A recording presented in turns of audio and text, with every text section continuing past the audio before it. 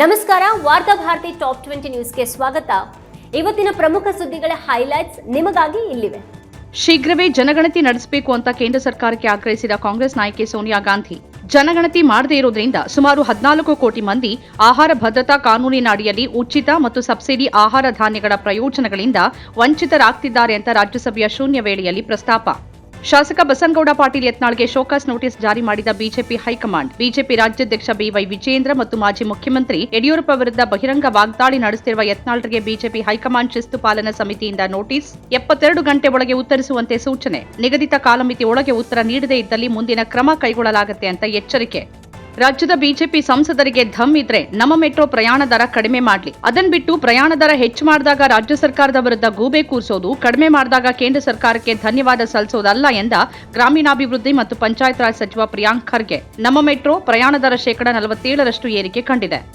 ಶೃಂಗೇರಿಯಲ್ಲಿ ರಸ್ತೆ ಅಪಘಾತವನ್ನೇ ನೆಪವಾಗಿಟ್ಟುಕೊಂಡು ದರ್ಗಾಗೆ ಆಗಮಿಸ್ತಾ ಇದ್ದವರ ಕಾರನ್ನ ಅಡ್ಡಗಟ್ಟಿ ಹಲ್ಲೆ. ಬಜರಂಗದಳ ಕಾರ್ಯಕರ್ತರದ್ದು ಎನ್ನಲಾದ ತಂಡದಿಂದ ಕಾರ್ನಲ್ಲಿದ್ದ 5 ಮೇಲೆ ಮನಸೋ ಇಚ್ಛೆ ಹಲ್ಲೆ ನಡೆಸಿ ಪರಾರಿಯಾಗಿದ್ದಾರೆ ಅಂತ ದೂರು. ರವಿವಾರ ರಾತ್ರಿ ಶೃಂಗೇರಿಯಲ್ಲಿ ಘಟನೆ ನಡೆದಿರುವುದಾಗಿ ವರದಿ. ಗಾಯಗೊಂಡವರು ಶೃಂಗೇರಿ ಆಸ್ಪತ್ರೆಗೆ ದಾಖಲು. ಪಂಜಾಬ್ನ ಎಎಪಿ ಶಾಸಕರು ಮತ್ತು ಸಚಿವರೊಂದಿಗೆ ಮಂಗಳವಾರ ದೆಹಲಿಯಲ್ಲಿ ಸಭೆ ನಡೆಸಲಿರುವ ಎಎಪಿ ರಾಷ್ಟ್ರೀಯ ಸಂಚಾಲಕ ಅರವಿಂದ್ ಕೇಜ್ರಿವಾಲ್, ಪಂಜಾಬ್ ಮುಖ್ಯಮಂತ್ರಿ ಭಗವಂತ್ ಮಾನ್. ದೆಹಲಿ ಚುನಾವಣೆಯಲ್ಲಿ ಎಎಪಿ ಹೀನಾಯ ಸೋಲಿನ ಬೆನ್ನಲ್ಲೇ ಪಕ್ಷದ ಪಂಜಾಬ್ ಘಟಕದಲ್ಲಿ ಆಂತರಿಕ ಭಿನ್ನಾಭಿಪ್ರಾಯ ಉಲ್ಬಣಗೊಳ್ತಿದೆ ಅನ್ನೋ ಊಹಾಪೋಹ ಕೇಳಿ ಬರುತ್ತಿರುವಾಗಲೇ ಸಭೆ ನಿಗದಿ. ಮೈಕ್ರೋ ಫೈನಾನ್ಸ್ ಸಂಸ್ಥೆಗಳ ವಿರುದ್ಧ ರಾಜ್ಯ ಸರ್ಕಾರ ಜಾರಿಗೆ ಮುಂದಾಗಿದ್ದ ಸುಗ್ರೀವಾಜ್ಞೆಗೆ ರಾಜ್ಯಪಾಲ ಥಾವರ್ ಚಂದ್ ಗೆಹ್ಲೋಟ್ ಅವರು ಅಂಕಿತ ಹಾಕದೆ ವಾಪಸ್ ಕಳಿಸಿರೋದು ಖಂಡನೀಯ. ರಾಜ್ಯಪಾಲರಿಗೆ ಫೈನಾನ್ಸ್ ಕಂಪನಿಯೊಂದಿಗೆ ಏನಾದರೂ ಒಡನಾಟ ಇದೆಯಾ ಅಂತ ಮಾಜಿ ಸಂಸದ ಕೆಪಿಸಿಸಿ ಉಪಾಧ್ಯಕ್ಷ ವಿಎಸ್ ಉಗ್ರಪ್ಪ ಪ್ರಶ್ನೆ. ಬಡವರ ವಿರೋಧಿ ಕೃತ್ಯ ನಡೆಸೋಕೆ ರಾಜ್ಯಪಾಲರು ಮುಂದಾಗಿರುವುದು ಸರಿಯಲ್ಲ. ಈಗಲೂ ಕೂಡ ಅವಧಿ ಇದ್ದು ರಾಜ್ಯ ಸರ್ಕಾರದ ಶಿಫಾರಸನ್ನು ಅಂಗೀಕರಿಸಬೇಕು ಅಂತ ಹೇಳಿಕೆ. ಕರ್ನಾಟಕದ ಜನತೆ ಬಿಜೆಪಿಗೆ ಬೆಂಬಲ ನೀಡೋಕೆ ಸಿದ್ಧರಿದ್ದಾರೆ. ಆದರೆ ಅವರ ವಿಶ್ವಾಸವನ್ನ ಸಂಪಾದಿಸೋಕೆ ಬಿಜೆಪಿಯ ಒಳಾಂಗಣವನ್ನ ಶುದ್ಧಗೊಳಿಸಿ ಬಲಿಷ್ಠಗೊಳಿಸಬೇಕಾಗಿದೆ ಎಂದ ಮಾಜಿ ಮುಖ್ಯಮಂತ್ರಿ ಡಿವಿ ಸದಾನಂದಗೌಡ. ಪಕ್ಷದಲ್ಲಿನ ಆಂತರಿಕ ಭಿನ್ನಮತ ನಿವಾರಿಸಬೇಕು ಅಂತ ಸಲಹೆ. ಪೊಲೀಸ್ ಠಾಣೆಯ ಆವರಣದಲ್ಲಿ ನಿಲ್ಲಿಸಿದ್ದ ಬೈಕನ್ನೇ ಕದ್ದೊಯ್ದ ಕಳ್ಳರು. ಚಾಮರಾಜನಗರದ ಸತ್ತಿ ರಸ್ತೆಯಲ್ಲಿರುವ ಸೈಬರ್, ಆರ್ಥಿಕ ಮತ್ತು ಮಾದಕ ದ್ರವ್ಯ ತಡೆ ಪೊಲೀಸ್ ಠಾಣೆಯಲ್ಲಿ ನಡೆದಿರುವ ಪ್ರಕರಣಕ್ಕೆ ಸಂಬಂಧಿಸಿ 2 ಆರೋಪಿಗಳನ್ನ ಕ್ಷಿಪ್ರ ಕಾರ್ಯಾಚರಣೆಯಲ್ಲಿ ಬಂಧಿಸಿದ ಪೊಲೀಸರು. ಪಂಜಾಬ್ನ ಪಾಟಿಯಾಲ ಜಿಲ್ಲೆಯಲ್ಲಿ ಕಸದ ರಾಶಿಯಲ್ಲಿ 7 ರಾಕೆಟ್ ಶೆಲ್ಗಳು ಪತ್ತೆಯಾಗಿದೆ ಎಂದ ಹಿರಿಯ ಪೊಲೀಸ್ ಅಧಿಕಾರಿ. ಶೆಲ್ಗಳಲ್ಲಿ ಯಾವುದೇ ಸ್ಫೋಟಕ ವಸ್ತುಗಳು ಪತ್ತೆಯಾಗಿಲ್ಲ. ಈ ಬಗ್ಗೆ ಹೆಚ್ಚಿನ ತನಿಖೆ ನಡೆದಿದೆ ಅಂತ ಪಂಜಾಬ್ ಪೊಲೀಸ್ ಉಪಮಹಾನಿರ್ದೇಶಕ ಮಂದೀಪ್ ಸಿಂಗ್ ಸಿಧು ಮಾಹಿತಿ. ಉತ್ತರ ಪ್ರದೇಶದ ಪ್ರಯಾಗ್ರಾಜ್ನಲ್ಲಿ ಆಧ್ಯಾತ್ಮದ ಮಹಾಕುಂಭಮೇಳ ನಡೀತಾ ಇದ್ರೆ ಇಲ್ಲಿ ವೈಮಾನಿಕ ಮಹಾಕುಂಭಮೇಳ ನಡೀತಿದೆ ಎಂದ ರಕ್ಷಣಾ ಸಚಿವ ರಾಜನಾಥ್ ಸಿಂಗ್. ಬೆಂಗಳೂರಿನ ಯಲಹಂಕದಲ್ಲಿ ಫೆಬ್ರವರಿ 14ರವರೆಗೆ 5 ದಿನ ನಡೆಯಲಿರುವ ಏರೋ ಇಂಡಿಯಾ ವೈಮಾನಿಕ ಪ್ರದರ್ಶನ ಉದ್ಘಾಟಿಸಿ ಬಣ್ಣನೆ. ಎಐಸಿಸಿ ಅಧ್ಯಕ್ಷರಾದ ಮಲ್ಲಿಕಾರ್ಜುನ್ ಖರ್ಗೆ ಅವರನ್ನ ಭೇಟಿ ಮಾಡಿದ ಸಂದರ್ಭದಲ್ಲಿ ಯಾವುದೇ ರೀತಿಯ ರಾಜಕೀಯ ವಿಷಯಗಳ ಕುರಿತು ಚರ್ಚೆ ಮಾಡಿಲ್ಲ ಎಂದ ಗೃಹ ಸಚಿವ ಡಾ ಜಿ ಪರಮೇಶ್ವರ್. ಖರ್ಗೆ ಕುಟುಂಬ ಮತ್ತು ನಮ್ಮ ಕುಟುಂಬ ಒಂದೇ. ರಾಜಕೀಯವನ್ನ ಹೊರತುಪಡಿಸಿ ನನಗೆ ಅವರು ಹಿರಿಯಣ್ಣನಂತೆ. ನಾನು ಆಗಾಗ ಅವರನ್ನ ಭೇಟಿ ಮಾಡ್ತೇನೆ. ಈ ವೇಳೆ ಕುಟುಂಬದ ವಿಚಾರಗಳನ್ನ ಮಾತನಾಡ್ತೀವೆಯೇ ಹೊರತು ರಾಜಕೀಯ ವಿಚಾರಗಳನ್ನಲ್ಲ ಅಂತ ಸ್ಪಷ್ಟನೆ. ಸಂಸತ್ ಅಧಿವೇಶನದಲ್ಲಿ ಪಾಲ್ಗೊಳ್ಳೋಕೆ ಸಂಸದ ರಶೀದ್ ಎಂಜಿನಿಯರ್ಗೆ 2 ದಿನಗಳ ಕಸ್ಟಡಿ ಪೆರೋಲ್ ನೀಡಿದ ದೆಹಲಿ ಹೈಕೋರ್ಟ್. ಫೆಬ್ರವರಿ 11 ಮತ್ತು 13ಕ್ಕೆ ರಶೀದ್ ಸಂಸತ್ ಅಧಿವೇಶನದಲ್ಲಿ ಪಾಲ್ಗೊಳ್ಳಬಹುದು ಅಂತ ನ್ಯಾಯಮೂರ್ತಿ ವಿಕಾಸ್ ಮಹಾಜನ್ ಅವರಿಂದ ಆದೇಶ. ಪ್ರಸ್ತುತ ಜೈಲಿನಲ್ಲಿರುವ ಸಂಸದ ರಶೀದ್ ಎಂಜಿನಿಯರ್. ಮಣಿಪುರ ಮುಖ್ಯಮಂತ್ರಿ ಎನ್ ಬೀರೇನ್ ಸಿಂಗ್ ರಾಜೀನಾಮೆ ದೀರ್ಘಕಾಲದಿಂದ ಬಾಕಿ ಇತ್ತು ಅಂತ ಕಾಂಗ್ರೆಸ್ ಪ್ರಧಾನ ಕಾರ್ಯದರ್ಶಿ ಪ್ರಿಯಾಂಕಾ ಗಾಂಧಿ ಹೇಳಿಕೆ. ಈಶಾನ್ಯ ರಾಜ್ಯವಾದ ಮಣಿಪುರದಲ್ಲಿ ಈಗಲೂ ಹಿಂಸಾಚಾರ ಮುಂದುವರೆದಿದೆ ಅಂತ ಹೇಳಿಕೆ.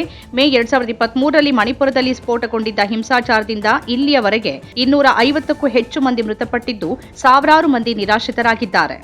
ಸರ್ಕಾರದ ಸ್ವಚ್ಛ ಭಾರತ್ ಮಿಷನ್ ದೇಶಾದ್ಯಂತ 3 ಲಕ್ಷ ಮಕ್ಕಳ ಜೀವ ಉಳಿಸಿದೆ ಅಂತ ವಿಶ್ವಸಂಸ್ಥೆ ಹೇಳಿದ್ದಾಗಿ ಕೇಂದ್ರ ಜಲಶಕ್ತಿ ಸಚಿವ ಸಿಆರ್ ಪಾಟೀಲ್ರಿಂದ ರಾಜ್ಯಸಭೆಗೆ ಮಾಹಿತಿ. ಸರ್ಕಾರದ ಬಯಲು ಶೌಚ ಮುಕ್ತ ಯೋಜನೆಯಿಂದಾಗಿ ದೇಶಾದ್ಯಂತ 12 ಕೋಟಿ ಶೌಚಾಲಯಗಳನ್ನು ನಿರ್ಮಾಣ ಮಾಡಲಾಗಿದೆ.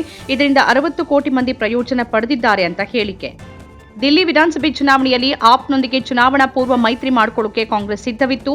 ಆದರೆ ಅರವಿಂದ್ ಕೇಜ್ರಿವಾಲ್ ನಿರಾಕರಿಸಿದ್ರು ಅಂತ ಜಮ್ಮು ಮತ್ತು ಕಾಶ್ಮೀರ ಕಾಂಗ್ರೆಸ್ ಅಧ್ಯಕ್ಷ ತಾರಿಕ್ ಹಮೀದ್ ಕರ್ ಆರೋಪ. ಮೈತ್ರಿಯೊಂದಿಗೆ ಚುನಾವಣೆಗೆ ಹೋಗೋಕೆ ಕಾಂಗ್ರೆಸ್ ಸದಾ ಸಿದ್ಧವಿತ್ತು. ಆದರೆ ಮೈತ್ರಿಯ ಭಾಗವಾಗೋಕೆ ಅರವಿಂದ್ ಕೇಜ್ರಿವಾಲ್ ನಿರಾಕರಿಸಿದ್ರು. ಅವರು ಜಂಟಿ ಚುನಾವಣೆಗೆ ಸಿದ್ಧರಿರಲಿಲ್ಲ ಅಂತ ಹೇಳಿಕೆ. ಯತಿ ನರಸಿಂಹಾನಂದ್ ವಿರುದ್ಧದ ಪೋಸ್ಟ್ಗೆ ಸಂಬಂಧಿಸಿ ದಾಖಲಾದ ಪ್ರಕರಣಕ್ಕೆ ಸಂಬಂಧಿಸಿ ಆಲ್ಟ್ ನ್ಯೂಸ್ ಸಹ ಸಂಸ್ಥಾಪಕ ಮೊಹಮ್ಮದ್ ಜುಬೇರ್ರನ್ನ ಫೆಬ್ರವರಿ 17ರವರೆಗೆ ಬಂಧಿಸದಂತೆ ಆದೇಶಿಸಿದ ಅಲಹಾಬಾದ್ ಹೈಕೋರ್ಟ್. ನ್ಯಾಯಮೂರ್ತಿ ಸಿದ್ಧಾರ್ಥ್ ವರ್ಮಾ ಮತ್ತು ನ್ಯಾಯಮೂರ್ತಿ ಯೋಗೇಂದ್ರ ಕುಮಾರ್ ಶ್ರೀವಾಸ್ತವ್ ಅವರಿದ್ದ ಪೀಠದಿಂದ ಮಹತ್ವದ ಆದೇಶ. ಸರ್ಕಾರಿ ರೈಲ್ವೆ ಪೊಲೀಸ್ ಪಡೆ ದಕ್ಷಿಣ ರೈಲ್ವೆಯ ಬಹುತೇಕ ಎಲ್ಲ ರೈಲುಗಳಲ್ಲಿ ಮಹಿಳಾ ಬೋಗಿಗಳ ಪ್ರಯಾಣಿಕರಿಗೆ ಭದ್ರತೆಯನ್ನು ಒದಗಿಸೋಕೆ ಮಹಿಳಾ ಪೊಲೀಸ್ ಸಿಬ್ಬಂದಿಯನ್ನು ನಿಯೋಜಿಸಲಿದೆ. ಎಲ್ಲ ನಿಲ್ದಾಣಗಳಲ್ಲಿ ಮಹಿಳಾ ಬೋಗಿಗಳಲ್ಲಿ ಪುರುಷರ ಪ್ರವೇಶ ಮತ್ತು ಪ್ರಯಾಣವನ್ನು ತಡೆಯೋಕೆ ಜಿಆರ್ಪಿ ರೈಲ್ವೆ ಪಡೆಯ ಜೊತೆ ಕೈಜೋಡಿಸಿದೆ ಅಂತ ವರದಿ. ಬಾಂಗ್ಲಾದೇಶದಲ್ಲಿ ವಿಧ್ವಂಸಕ ಕೃತ್ಯಗಳಲ್ಲಿ ಭಾಗಿಯಾಗಿರೋರ ವಿರುದ್ಧ ಸರ್ಕಾರ ಕೈಗೊಂಡಿರುವ ಆಪರೇಷನ್ ಡೆವಿಲ್ ಹಂಟ್ ಕಾರ್ಯಾಚರಣೆಯಲ್ಲಿ 1308 ಮಂದಿ ಬಂಧನ.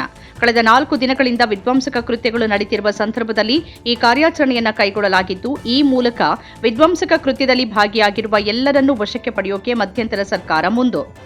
ಇನ್ನು ಮುಂದೆ ಫೆಬ್ರವರಿ 9ರಂದು ಗಲ್ಫ್ ಆಫ್ ಅಮೆರಿಕ ದಿನ ಅಂತ ಘೋಷಿಸಿ ಅಮೆರಿಕ ಅಧ್ಯಕ್ಷ ಡೊನಾಲ್ಡ್ ಟ್ರಂಪ್ ಸಹಿ. ಗಲ್ಫ್ ಆಫ್ ಮೆಕ್ಸಿಕೋದ ಹೆಸರನ್ನ ಟ್ರಂಪ್ ಅಧ್ಯಕ್ಷರಾದ ಬಳಿಕ ಗಲ್ಫ್ ಆಫ್ ಅಮೆರಿಕ ಅಂತ ಮರುನಾಮಕರಣ ಮಾಡಲಾಗಿದ್ದು, ಗಲ್ಫ್ ಆಫ್ ಅಮೆರಿಕ ಅಂತ ಮರುನಾಮಕರಣ ಮಾಡಿದ ಬಳಿಕ ಮೊದಲ ಬಾರಿಗೆ ನಾವು ಅಲ್ಲಿಗೆ ಭೇಟಿ ನೀಡ್ತಿದ್ದೇವೆ ಅಂತ ವಾಯುಸೇನೆಯ ವಿಮಾನದಲ್ಲಿ ಕುಳಿತು ಟ್ರಂಪ್ ಹೇಳಿಕೆ. ರೇಸ್ ಸ್ಪರ್ಧೆಗೆ ತರಬೇತಿ ಪಡೆಯುವಾಗ ಅಪಘಾತಕ್ಕೀಡಾದ ಕಾಲಿವುಡ್ ನಟ ಅಜಿತ್ ಕುಮಾರ್. ಕಾರಿಗೆ ತೀವ್ರ ಹಾನಿ, ಅದೃಷ್ಟವಶಾತ್ ಗಾಯಗಳಿಂದ ಪಾರು. ಪೋರ್ಚುಗಲ್ನ ಎಸ್ಟೋರಿಲ್ನಲ್ಲಿ ನಡೆದಿರುವ ಘಟನೆ. ನಮ್ಮ ಕಾರ್ಯಕ್ರಮಗಳನ್ನ ನೀವು ನೋಡ್ತಾ ಇದ್ರೆ ನಮ್ಮ ಚಾನೆಲ್ ಅನ್ನ ಸಬ್ಸ್ಕ್ರೈಬ್ ಮಾಡಿ, ಪಕ್ಕದ ಬೆಲ್ ಐಕಾನ್ ಒತ್ತಿ ನಮ್ಮನ್ನ ಬೆಂಬಲಿಸಿ. ಹಾಗೆ ನಮ್ಮ ಕಾರ್ಯಕ್ರಮಗಳನ್ನ ಲೈಕ್ ಮಾಡಿ, ಕಮೆಂಟ್ ಮಾಡಿ, ಅದನ್ನ ಬೇರೆಯವರಿಗೂ ವಾಟ್ಸ್ಆಪ್ ಮೂಲಕ ಶೇರ್ ಮಾಡಿ. ನೀವು ಹೀಗೆ ಮಾಡಿದಾಗ ನಮ್ಮ ಚಾನೆಲ್ ಇನ್ನಷ್ಟು ಮತ್ತಷ್ಟು ಜನರಿಗೆ ತಲುಪಲು ನೀವು ನಮ್ಮೊಂದಿಗೆ ಸಹಕರಿಸಿದ ಹಾಗಾಗುತ್ತೆ. ಇದು ನೀವು ಯಾವುದೇ ಖರ್ಚಿಲ್ಲದೆ ಕೆಲವೇ ಸೆಕೆಂಡುಗಳಲ್ಲಿ ನೀಡಬಹುದಾದ ಸಹಕಾರ. ಧನ್ಯವಾದಗಳು.